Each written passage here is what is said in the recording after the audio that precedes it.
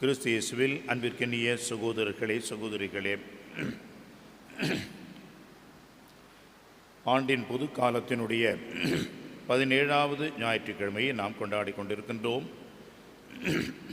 இன்றைய திருவழிபாட்டினுடைய மைய கருத்தாக நமக்கு இறை வார்த்தை நிறுத்துவது, வழங்குவது செபம் என்பதாகும்.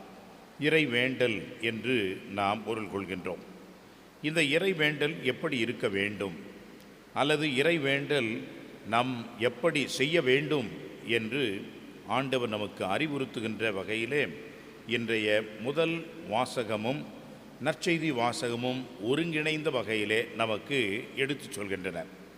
முதலிலே செபம் என்றால் என்ன என்பதற்கு ஆண்டவர் இயேசு அருமையான ஒரு விளக்கத்தை, செபிக்கின்ற ஒரு வழியை நமக்கு கற்றுத்தருகின்றார். நற்செய்தி வாசகத்திலே இவ்வாறு நீங்கள் செபியுங்கள் என்று அவர்களுக்கு கற்றுக் கொடுக்கிறார்.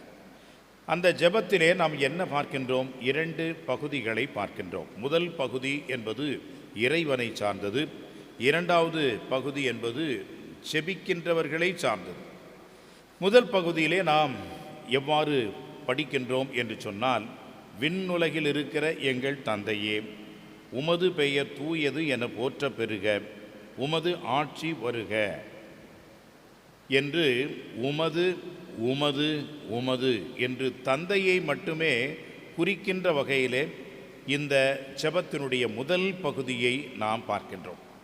அதன் பிறகு பாருங்கள், எங்கள் அன்றாட உணவு, எங்களுக்கு எதிராக குற்றம் செய்வோர் நாங்கள் மன்னிக்கின்றோம், எங்களை மன்னியும், எங்களை தீயோனிடமிருந்து காத்தருளும் என்று சொல்லி நாங்கள், எங்கள் என்ற வார்த்தைகளை பார்க்கின்றோம். ஆக ஜெபம் என்பது முதலிலே என்ன? இறைவனை புகழ்வது, இறைவனை நாம் வழிபடுவது, இறைவனை வாழ்த்துவது. ஏன் இறைவனை வாழ்த்த வேண்டும், ஏன் இறைவனை புகழ வேண்டும் என்று சொன்னால், கடவுள் நம்மை படைத்தவர், கடவுள் இல்லாமல் நாம் இல்லை. இந்த ஒரே ஒரு காரணத்திற்காக மட்டும்தான் கடவுளை புகழ வேண்டும், போற்ற வேண்டும், அவரை வணங்க வேண்டும், வழிபட வேண்டும். காரணம், இந்த உலகத்தில் இருக்கக்கூடிய எல்லா ஜீவராசிகளும் இறைவனுடைய உயிரிலே பங்கெடுக்கிறது, இறைவனுடைய வாழ்விலே இருக்கிறது. எனவே தான் கடவுள் என்பவர் உயிர் வாழ்கின்ற எல்லாவற்றிற்குமே அவர் இறைவனாக, தொடக்கமாக, ஊற்றாக இருக்கின்றார். எனவே நாம் இறைவனுக்கு நன்றி செலுத்த வேண்டும், வேறு எந்த ஒரு காரணமும் இல்லை. எனவே தான் மறைக்கல்வியிலே நாம் படித்திருக்கின்றோம், கடவுள் மனிதனை ஏன் படைத்தார் என்று சொன்னால், தம்மை அறிந்து சிநேகித்து சேவிக்க படைத்தார் என்று சொல்லப்படுகிறது. தம்மை அறிந்து, கடவுளை பற்றிய அறிவு நமக்கு வேண்டும். அறிவு என்று சொன்னால் இந்த புத்தியை சார்ந்த அறிவு அல்ல, மாறாக அனுபவ வாயிலாக இறைவனை நாம் அறிந்து கொள்ள வேண்டும். கடவுள் எவ்வளவு பெரியவர், நல்லவர், வல்லவர் என்பதையெல்லாம் நம்முடைய வாழ்வினுடைய ஒவ்வொரு செயல்பாட்டிலும் அதை நாம் உணர்ந்து கொள்ள வேண்டும். இவ்வாறு இந்த அறிவின் அடிப்படையிலே நாம் இறைவனை அன்பு செய்ய வேண்டும். அன்பு செய்தல் என்றால் என்ன? கடவுள் நம்மை படைத்தவர் என்று அறிந்து கொண்ட பிறகு அவரை நாம் அன்பு செய்யாமல் இருக்க முடியுமா? சிநேகித்து சேவிக்க, சேவிக்க என்று சொன்னால் சேவை புரிய, அவருக்கு பணியாற்ற, அவருடைய திட்டத்தை நிறைவேற்ற, அவர் எதிர்பார்க்கின்ற எல்லா காரியங்களையும் செய்ய என்று பொருள்படும். எனவே கடவுள் மனிதனை இதற்காக படைத்தார் என்று சொல்கின்ற பொழுது, மனிதன் கடவுளை அறிந்து கொள்ள, அன்பு செய்ய, அவருக்கு பணிவிடை செய்ய முற்பட வேண்டும். இதுதான் அன்புக்குரியவர்களே செபத்தினுடைய அடிப்படையாக இருக்கிறது. இதைத்தான் ஆண்டவர் இயேசு நமக்கு கற்றுக் கொடுக்கிறார். அன்றைக்கு அந்த சீடர்களுக்கு அவர் கற்றுத்தந்தார். என்ன என்று சொன்னார்? தந்தையே என்று இறைவனை அழைக்கின்றார். தந்தையே என்று சொன்னால், தான் பிள்ளைகள் என்ற ஒரு உறவிலே தந்தை கடவுளை நினைத்து இந்த இறை உறவிலே வாழ்வது என்பது அடிப்படையானது. எப்பொழுது ஒரு தந்தையை மகன், மகள் சென்று தந்தையே என்று அழைப்பார்கள், நல்லுறவுடன் இருக்கின்ற அந்த நிலையில்தான் அவர்கள் அழைப்பார்கள். இல்லாவிட்டால் தந்தையை ஏன் இவர்கள் அழைக்க வேண்டும், பேச வேண்டும், கூப்பிட வேண்டும், அல்லது தந்தை இந்த பிள்ளைகளோடு இருக்க வேண்டும் அல்லது தேட வேண்டும்? தேவையில்லையே. இந்த உறவு என்பது அடிப்படையில் இருந்தால் மட்டுமே அன்புக்குரியவர்களே இந்த தந்தை மகன் என்ற அந்த ஒரு அடிப்படை அங்கே இருக்கும். இல்லாவிட்டால் அந்த உறவு இல்லை என்றால் அங்கே ஜெபத்திற்கும் இடமில்லை. சமீபத்திலே ஒரு இறப்பு நிகழ்ச்சியிலே சொன்னார்கள், 40 ஆண்டுகள் கழித்து ஒருவர் தன்னுடைய மிக நெருங்கிய உறவினர் அவருடைய இறப்பிற்கு சென்றாராம். 40 ஆண்டுகள் கழித்து, அப்படி என்றால் தன்னுடைய சொந்த சகோதரியினுடைய கணவர் அவர் இறந்துவிட்டார். ஆக அவர் இறந்துவிட்டார் என்பதற்காக 40 ஆண்டுகள் கழித்து அவரிடம் எந்த ஒரு பேச்சும் இல்லாமல் இருந்தவர் அவர் மீண்டுமாக சென்றிருக்கின்றார். அந்த இறப்பிற்கு அவர் போயிருக்கின்றார். என்ன பயன்? 40 ஆண்டுகளுக்கு முன்பாகவே இதை செய்திருந்தால் ஒருவேளை அவர் மகிழ்ச்சி அடைந்திருப்பார், நல் உறவுடன் அவர் இறந்திருப்பார். ஆனால் இறந்த பிறகு ஏதோ 4 பேருக்கு மத்தியில் ஒரு மதிப்பாக நாம் செல்ல வேண்டும் என்ற வகையிலே அவர் சென்றிருக்கலாம். அன்புக்குரியவர்களே, இந்த உறவு என்பது இல்லை என்று சொன்னால் அங்கே எந்த ஒரு ஜெபத்திற்கும் எந்த ஒரு மன்றாட்டுக்கும் இறை வேண்டலுக்கும் தொடர்பே கிடையாது. எனவே தான் அன்புக்குரியவர்களே, கடவுள் நம்பிக்கை இல்லாதவர்கள் அவர்கள் இறைவனை ஏற்றுக்கொள்வதில்லை.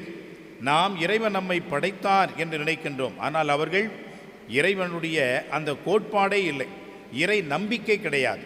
அப்படி இருக்கின்ற பொழுது அவர்கள் ஜெபிக்க வேண்டிய அவசியம் இல்லை. காரணம், அவர்களுக்கு தந்தை என்றோ மகன் என்றோ தூய ஆவியார் என்றோ இறைவன் என்றோ எந்த ஒரு கருத்தும் இல்லை, எந்த ஒரு உறவும் இல்லை. எனவே அவர்கள் ஜெபிக்க மறுக்கிறார்கள், ஜெபிக்க வேண்டிய அவசியமும் இல்லை என்று நினைக்கின்றார்கள். அப்படி இருக்க நாம் கடவுளை ஏற்றுக்கொள்கின்றோம் என்று சொன்னால் தந்தையை நோக்கி நாம் வேண்டுகின்றோம். எனவே தந்தையே, உமது பெயர் தூயது என போற்ற பெறுக, உமது ஆட்சி வருக. எனவே உமது ஆட்சி, உமது பெயர், உமது என்ற அந்த வகையிலே கடவுளை போற்றி புகழ்ந்து பெயரை நாம் வாழ்த்துகிறோம். அவருடைய இறை ஆட்சி வர வேண்டும் என்று வேண்டுகிறோம், கெஞ்சுகின்றோம், இறைஞ்சுகின்றோம். இறைவனுடைய பெயர் என்றென்றும் இருக்க வேண்டும் என்று நாம் நினைக்கின்றோம். எனவே அன்புக்குரியவர்களே, அதுதான் ஜெபத்தினுடைய முதல் படி. கண்டிப்பாக அடுத்தது நமக்கு தேவையானவைகளை எல்லாம் நாம் தேட வேண்டும். காரணம் என்ன? கேளுங்கள் உங்களுக்கு கொடுக்கப்படும், தட்டுங்கள் உங்களுக்கு திறக்கப்படும் என்று ஆண்டவர் இயேசுவே ஜெபிக்க கேட்கின்றார். எனவே நாம் ஜெபிக்க வேண்டும், நம்முடைய தேவைகளை கேட்க வேண்டும், நம்முடைய வேண்டல்களை இறைவன் திருப்பாதம் வைக்க வேண்டும். நாம் தேவைகளை பெற்றுக்கொள்கின்ற விதமாக இறைவனிடம் நாம் மன்றாட வேண்டும். அதில் எந்த ஒரு சந்தேகமும் இல்லை. ஆனால் அந்த ஒரு மன்றாட்டு, அந்த ஒரு ஜெபம் எப்படி இருக்க வேண்டும் என்று நாம் உறுதியாக நினைக்க வேண்டும் என்று சொன்னால், எந்த ஒரு ஜெபமும் என்னுடைய வேண்டுதலும் என்னுடைய கருத்தும் கடவுளை மாற்றாது. நான் தான் மாற வேண்டும். நான் தான் அந்த ஜெபத்தினுடைய பலனாக என்னுடைய எண்ணத்தையும் என்னுடைய செயல்பாட்டையும் மாற்றிக்கொள்ள வேண்டும். கடவுள் மாறாதவர், என்றென்றைக்கும் நிலைத்திருக்கின்றவர். எனவே அவர் நமக்கு நன்மையை மட்டும்தான் செய்வார். பிள்ளை அப்பம் கேட்டால் கல்லை கொடுப்பானா ஒரு தந்தை? பிள்ளை மீனை கேட்டால் பாம்பை கொடுப்பானா? ஏன் இந்த கல், ஏன் இந்த பாம்பு என்ற வார்த்தைகள், ஒப்புமைகள் இங்கே வருகிறது என்று சொன்னால், அன்புக்குரியவர்களே, அப்பம் என்பது அந்த கல்லை போன்று அந்த அப்பம், அந்த அப்பத்தை போன்று அந்த கல்.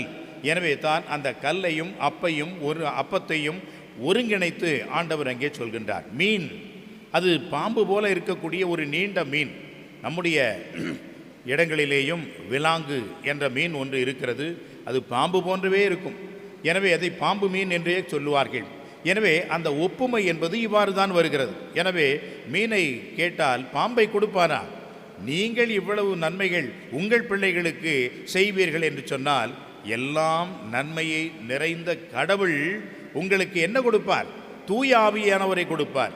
அந்த தூய ஆவியானவரை எதற்கு கொடுப்பார் என்று சொன்னால், ஜெபிக்க உங்களுக்கு உதவி செய்ய கொடுப்பார். எனவே தான் தூய ஆவியானவர் இல்லாமல் யாரும் தனிப்பட்ட விதமாக கடவுளை நோக்கி மன்றாட முடியாது, ஜெபிக்க முடியாது என்று பவுலடியார் சொல்கிறார். எனவே தான் அன்புக்குரியவர்களே, நாம் ஜெபிக்கின்ற பொழுது கடவுளை மாற்ற வேண்டும் என்று நினைக்கவே கூடாது. அதைத்தான் முதல் வாசகத்திலே நாம் பார்த்தோம். ஆபிரகாம் ஆண்டவருடன் வேண்டுகின்றார். 50 நீதிமான்கள் அங்கே இல்லை, 45 அங்கே கிடையாது, 30 அங்கே இல்லை, 20 அங்கே இல்லை, 10 என்று வேண்டி இருக்கிறார். 10 பேரும் அங்கே இல்லை. எனவே அத்தனை தீயவர்களையும் ஆண்டவர் அழிக்கின்றார். எனவே அங்கே யார் மாறியது? ஆபிரகாம் மாறினார். ஆண்டவர் மாறவில்லை. கடவுள் என்றும் மாறாதவர் என்பதை நாம் நினைக்க வேண்டும். நம்முடைய ஜெபத்திலேயும் அன்புக்குரியவர்களே, இறைவனை போற்ற வேண்டும், இறைவனை புகழ வேண்டும். நிறைய நேரங்களிலே நாம் ஜெபிக்க வேண்டும் என்று சொன்னால் மனப்பாடமாக இருக்கக்கூடிய ஜெபங்களை மட்டும்தான் நாம் ஜெபிக்கிறோமை ஒழிய இயல்பாக நாம் ஜெபிக்கின்ற அந்த ஒரு தன்மை இல்லை. காரணம் என்ன? நமக்கு கத்தோலிக்க திருச்சபையிலே அதே பாட்டு, அதே ஜெபம், அதே மாற்றி மாற்றி மாற்றி மாற்றி ஒவ்வொரு நாளும் அதே ஓட்டர் ரெக்கார்ட் மாதிரி போட்டுக்கிட்டே இருக்க வேண்டியது தான். அதை கூட நீங்கள் சொல்லுங்கள் அப்படின்னா அந்த ஓட்டர் ரெக்கார்டுக்கு கூட வழி இல்லை. எல்லாம் அப்படியே மரம் மாதிரி நிற்க வேண்டியது தான். ஏதோ 2 பேர் பாடுவாங்க, அங்கே ஒரு 4-5 பிள்ளைங்க பாடுவாங்க, அவ்வளோதான். மற்றவர்கள் எல்லாம் பாடமாட்டார்கள். அவர்கள் எல்லாம் மழுங்கி போன கத்தியாக தான் மாறிடுவாங்க. ஜெபம் கேட்டால் ஒன்றும் தெரியாது. திருமண மறைக்கல்விக்கு வருகிறார்கள், அடிப்படை ஜெபம் கூட தெரியல. ஏனென்றால் ஞான ஸ்நானம், அதுக்கு அடுத்து உறுதி பூசுதல், புது நன்மை. உறுதி பூசுதலுக்கு பொறுத்து போட்டோ பிடிச்சி பயங்கரமாக எல்லாம் கொண்டாடுறாங்க. அதன் பிறகு ஆலயத்திற்கு பக்கம் தலை வச்சு கூட படுக்கவே இல்லை. அவனுக்கு எப்படி ஜெபம் வரும்? எப்படி தெரியும்? வாய் திறந்து ஜெபத்தை ஒவ்வொரு முறையும் வாய்ப்பு இருக்கின்ற பொழுதெல்லாம் சத்தமாக சொன்னால்தானே ஜெபம் தெரியும். வீடுகளிலே ஜெபித்தால் தானே ஜெபம் தெரியும். அதுவும் நமக்கு இப்பொழுது இல்லாமல் போய்விட்டது. சுத்தமாக இந்த ஜெபம் பாடல் எதுவுமே கிடையாது. எல்லாம் பொம்மை மாதிரி நின்று அப்படியே போயிடும். ஏனென்றால் இதற்கு இன்னொரு காரணம், புதிய பாடல்கள் என்று. நம்ம ஊரில் எந்த புதிய பாடலும் கிடையாது, எல்லாம் அந்த காலத்து பாட்டு தான். ஆனால் அந்த காலத்து பாட்டே இன்னும் எடுபடலை அப்படின்னாக்கா எங்கே இறைவனை வேண்டுவது, எங்கே இறைவனை புகழ்வது, எங்கே இறைவனை வழிபடுவது, எல்லாம் வீண். எனவே அன்புக்குரியவர்களே, ப்ராட்டஸ்டன்ட் சர்ச்சில் போய் பாருங்கள். அவங்கவுங்களும் புஸ்தகம் எடுத்தாங்கன்னா அவன் பாட்டு பாடிக்கிட்டே இருப்பான். அவங்கவுங்களும் இந்த பைபிள் எடுத்தால் வாசிச்சுக்கிட்டே இருப்பாங்க. உடனடியாக எந்த ஒரு ரெஃபரன்ஸ் கொடுத்தாலும் எடுப்பார்கள். ஆனால் நம்முடைய கத்தோலிக்க திருச்சபையிலே கிளிப்பிள்ளை மாதிரி தான் எல்லாவற்றையும் ரிப்பீட்டுன்னு அதே சொல்லிக்கிட்டு இருப்போம். இயல்பாக ஜெபிக்கின்ற அந்த ஒரு தன்மையே கிடையாது. ஒரு ஜெபம் சொல்லுங்களேன், விண்ணுலகில் இருக்கிற எங்கள் தந்தையே, இது ஒன்று தான். ஏனென்றால் ஆண்டவர் கற்றுக் கொடுத்த ஜெபம் the best and the first prayer என்று சொல்லுவார்கள். அதை விடுத்து அன்புக்குரியவர்களே, ஜெபம் என்பது இறைவனை நோக்கிய உறவாக இருக்க வேண்டும். உதாரணமாக ஒன்று உங்களுக்கு நடந்துவிட்டது, எதிர்பார்த்த விதமாக நடக்கிறது என்று சொன்னால், ஐயோ ஆண்டவரே அப்படின்னு, அது ஒரு ஜெபந்தான். ஆண்டவரே என்னை காப்பாற்றும், இறைவா எனக்கு உதவி செய்யும். ஒரு இருட்டில் நடந்து போகிறீங்க, பயமாக இருக்குது, ஆண்டவரே ஆண்டவரேன்னு சொல்லிட்டு போகிறீங்க, அருமையான ஜெபம். அதைத்தான் ஆண்டவர் கேட்கின்றாரே ஒழிய வேறு எந்த ஒரு உறவும் இல்லை என்பதை அடிப்படையில் நாம் உணர்ந்து கொள்ள வேண்டும். இரண்டாவது, ஜெபம் என்னை மாற்ற வேண்டும், இறைவனை அல்ல. நான் புரிந்து கொள்ள வேண்டும், நான் அதை அறிந்து கொள்ள வேண்டும், நான் இறைவனோடு இருக்கின்ற அந்த உறவை புதுப்பித்து கொள்ள வேண்டும் என்பதைத்தான் ஜெபம் நமக்கு உணர்த்துகிறது. இத்தகைய உணர்வுகளோடு இந்த ஜெபத்திற்கெல்லாம் உயரிய மேலான ஒப்பற்ற ஜெபமாக இருக்கக்கூடிய இந்த திருப்பலியிலே நாம் தொடர்ந்து பங்கெடுத்து ஜெபிப்போம். ஆமென்.